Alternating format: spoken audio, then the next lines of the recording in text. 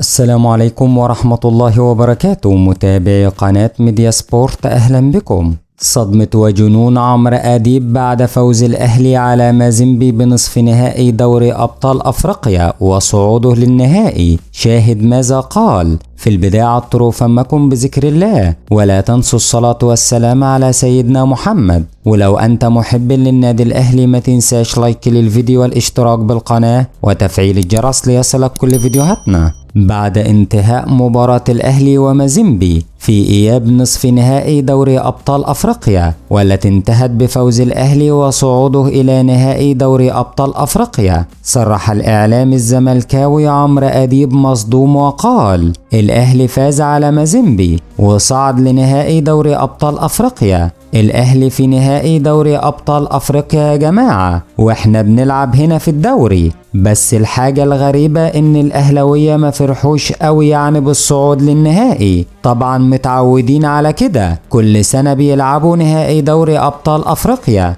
مش زينا لما فزنا على الأهلي كأننا خدنا بطولة. رحنا المباراة اللي بعدها تعادلنا في الكونفدرالية وعلى أرضنا. احنا مشكلتنا اننا مش بنتعلم من الأهلي. اهو الأهلي صعد لنهائي دوري أبطال أفريقيا، وانا بتوقع انه يحقق البطولة السنة دي كمان. انا بقول لكم من دلوقتي البطولة دي بتاعة الأهلي. خلاص اللعيبة التقيلة رجعت من الإصابات وصفوفهم مكتملة، وعندهم مدرب جامد. بصراحة أنا عاجبني المدرب مارسيل كولر، وكان نفسي يكون مدرب للزمالك.